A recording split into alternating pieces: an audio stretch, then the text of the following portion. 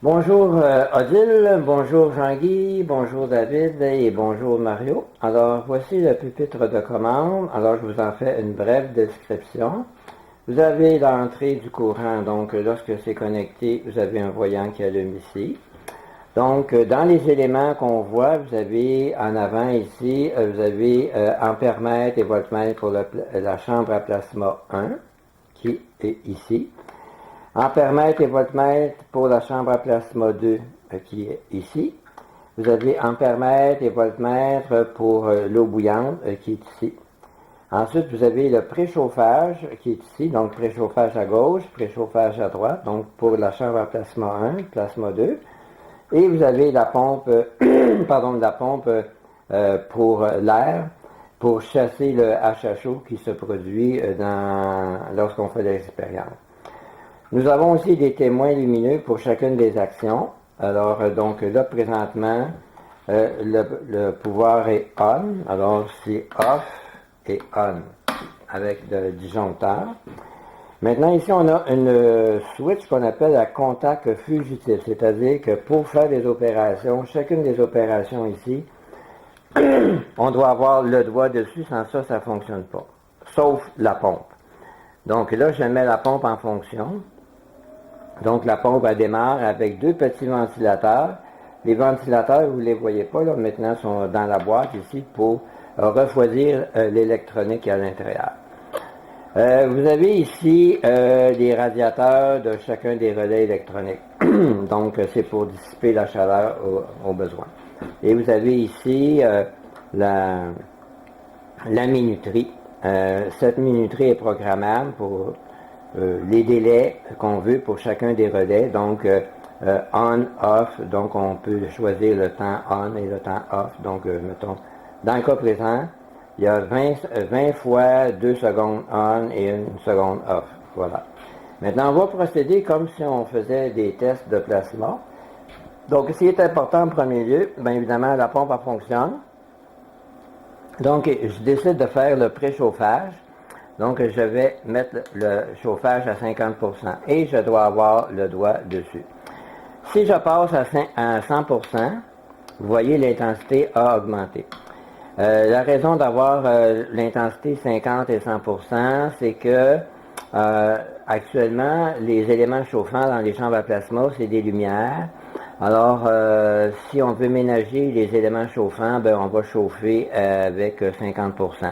Donc, à 100%, ça va aller plus vite, mais on use plus rapidement les lumières. Alors, si on ne veut pas avoir l'inconvénient de changer les lumières à un moment donné, ben, puis on est patient, ben, on fonctionne à 50%. Donc, on présume maintenant que le chauffage est complètement, préchauffage est complètement terminé. Donc, on met tout à off. Maintenant, je veux faire du plasma. Avant de faire le plasma, il faut absolument que je mette le choke pour commencer le plasma. Donc, on le fait manuel. Donc, on choisit l'alternance. Donc, je fais du plasma. Alors, on voit ici les aiguilles qui ont bougé, là, vous voyez, là. Bon. Alors, je peux faire le plasma soit en alternance ou 100% à gauche, 50% à droite. Je vais vous expliquer pourquoi. Donc là, évidemment, on ne laisse pas marcher le plasma comme je fais là actuellement parce que là, je sais que c'est des lumières, il n'y a pas de problème. Donc là, le plasma fonctionne en alternance. Donc, je fais quelques coups comme ça de plasma.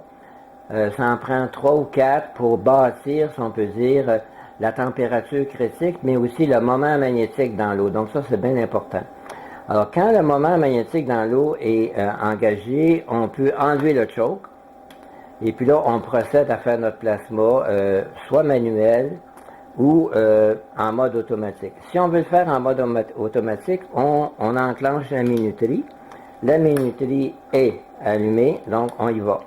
Maintenant, vous allez observer 20 fois. Donc 2 fois, 3 fois, 4 fois, 5 fois, etc., jusqu'à 20.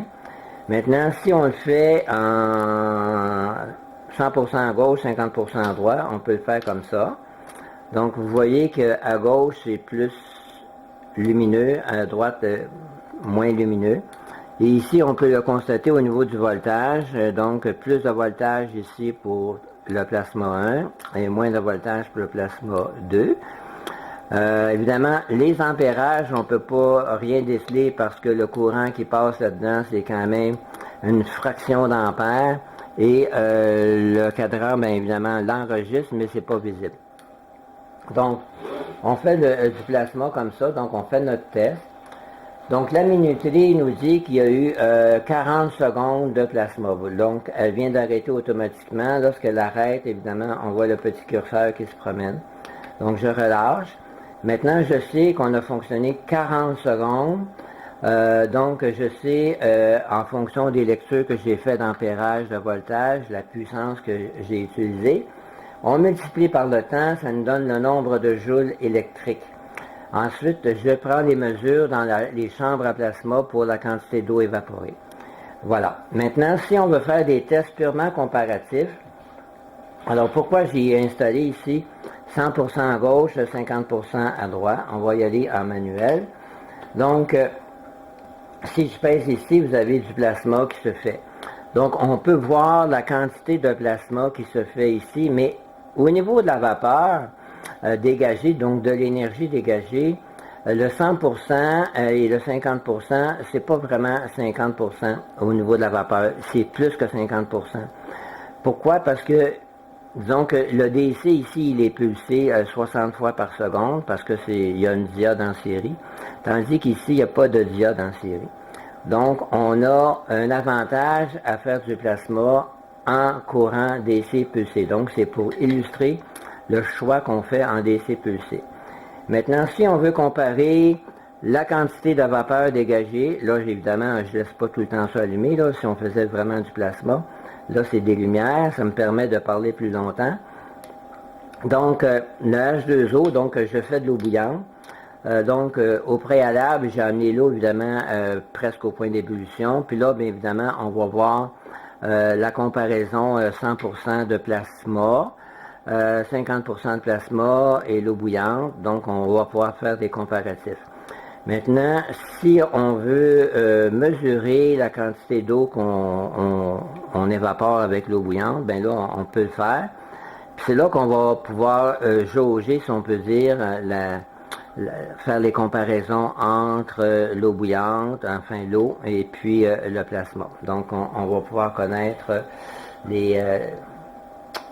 une certaine comparaison lorsqu'on le fait comme ça. Mais ça, c'est surtout fait pour faire un visuel, tandis que les vrais calculs, ça va se faire, donc j'éteins l'eau bouillante. Donc, les vrais calculs vont se faire à partir du plasma, donc en comptant le temps, donc les joules électriques versus les joules thermiques, donc l'eau qui a été évaporée, avec la minuterie.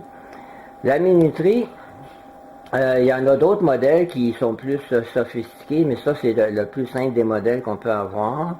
Il est très pratique, il n'est pas trop cher, donc c'est utile, c'est programmable. Donc, je vous ai présenté le démo. Alors, maintenant, dans une prochaine vidéo, je vais vous montrer non pas des lumières qui s'allument, mais tout simplement le plasma. Maintenant, je vais prendre la caméra. Excusez, ça va bouger un peu. Il faut que je la dégage de son socle. Ça ne sera pas tellement long.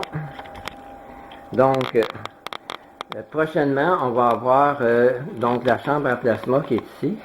Donc, on a ici la chambre à plasma qui est à gauche. Elle est fonctionnelle. Celle-là aussi, elle est fonctionnelle.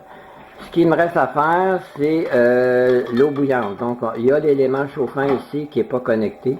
Donc, on va connecter l'élément chauffant. Donc, ça va être prochainement, donc dans quelques jours. Et puis là, ben, vous allez pouvoir voir fonctionner ça. Puis à partir de ce moment-là, ben, on va prendre des arrangements pour faire un vidéo professionnel. Donc, choisir l'endroit, choisir le background, choisir ben, les acteurs, parce qu'évidemment, il va falloir que je sois satisfait de les personnes qui vont faire la présentation. Je me permets de faire du casting, si on peut dire, faire un choix. Alors, après ça, bien évidemment, il y a le scénario qu'il faut tout écrire. Le scénario, il y a tout écrit dans ma tête. Il y en a une partie qui a été mise sur papier. Puis là, ben, à ce moment-là, on pourra faire quelque chose de professionnel. Voilà, alors je vous reviens dans quelques temps. Portez-vous bien.